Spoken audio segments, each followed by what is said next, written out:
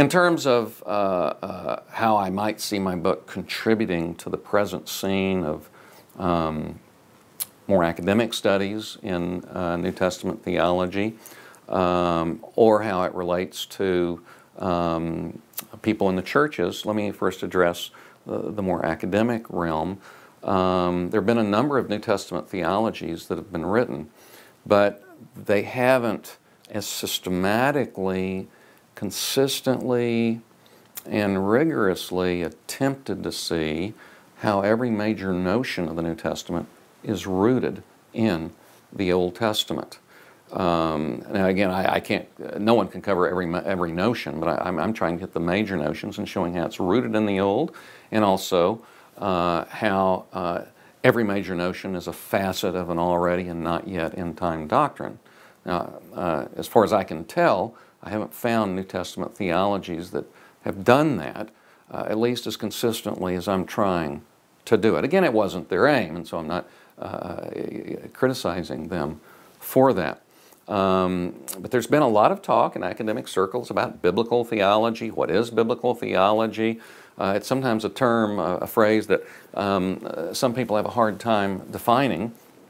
And the way I'm defining it for the New Testament is that twofold idea of really looking at what Old Testament biblical theology is in its storyline, and then seeing how that feeds in to the storyline of the New Testament. When I say storyline, I don't mean something physical, of course, fictional, of course. I mean something that is a redemptive, historical, true story.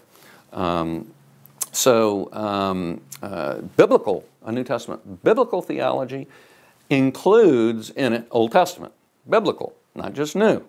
And so I try rigorously to see what the Old Testament has to say, and then how that's developed in the New, and all these various major ideas of the New Testament, whether sanctification or justification or reconciliation or Christology or pneumatology, or even hamartiology. With hamartiology, what I've done is I haven't written a typical chapter on the doctrine of sin. What I've done is written a chapter on idolatry, because I contend in the book that idolatry is the root of all sin. When you turn away from God and commit yourself to something else, all manner of sin occurs. So that is pretty much how I see my work attempting to intersect with the more academic concerns about biblical theology in the evangelical academic realm.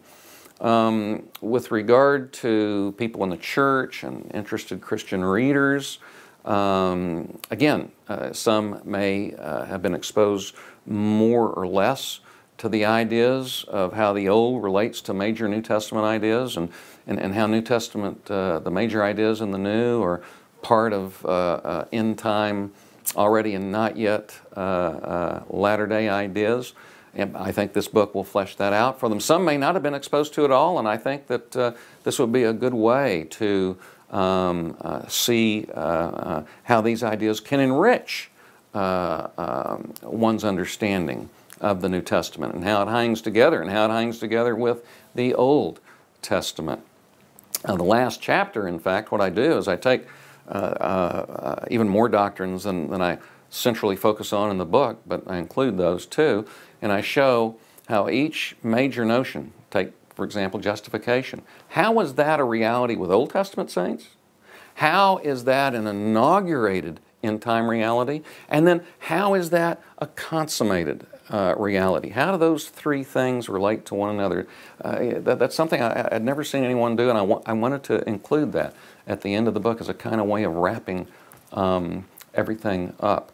I do think, however, for people in the church and the interested Christian reader, I think it's very important to see the traditional doctrines that we're familiar with as Christians. The idea of justification by faith.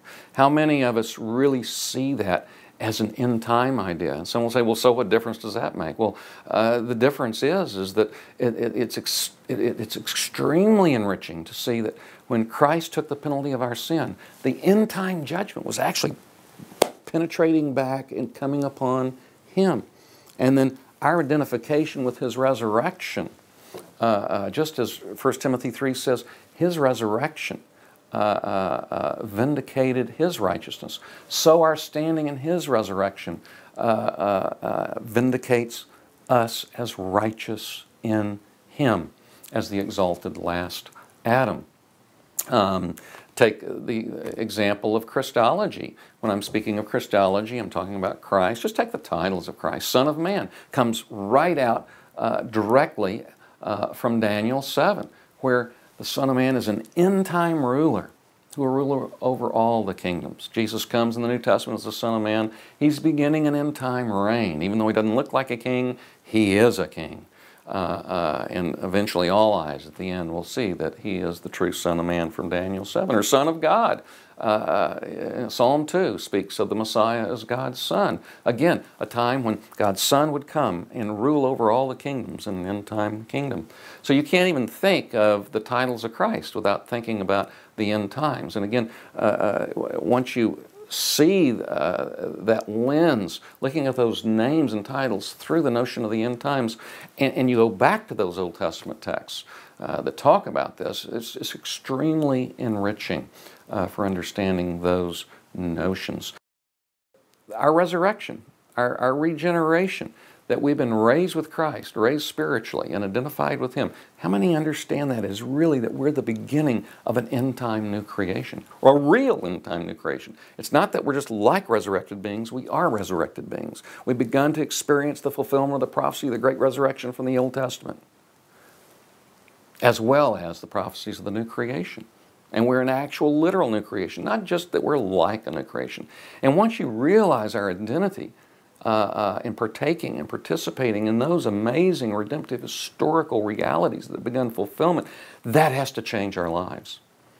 And as Paul says in 2 Corinthians 5, verse 17, if anyone is in Christ, a new creation, old things have passed away and new things have come. The old sinful manner of our life has to begin to pass away. And the new creation has to begin to bud and to begin to bear fruit, which it will not consummately, that will not consummately happen until the very end when we're raised from the dead. And so I think seeing that we're participating in these amazing fulfillments of prophecy, the restoration of exile, Israel's restoration from exile. Jesus was the ultimate one who experienced the epitome of Israel's exile in death and separation from the Father, and the resurrection was His restoration from exile, and so it is our restoration from exile. It's the true end-time Israel. And when that was to happen in the Old Testament, there was to be a new creation. We were to be different people. We don't return to the sins of when we were in exile, when we've begun to come out of it. Though, however, we can look at sanctification as being continually on the road of the restoration road. We continually are coming out of exile. We're on that road. We don't finally achieve consummate restoration from exile until our bodies are removed by resurrection from this world. And so as we're on this restoration road, we need to continue to put off the baggage that we had in the old exile, the sinful baggage. It's a concept, it's a way to look at sanctification.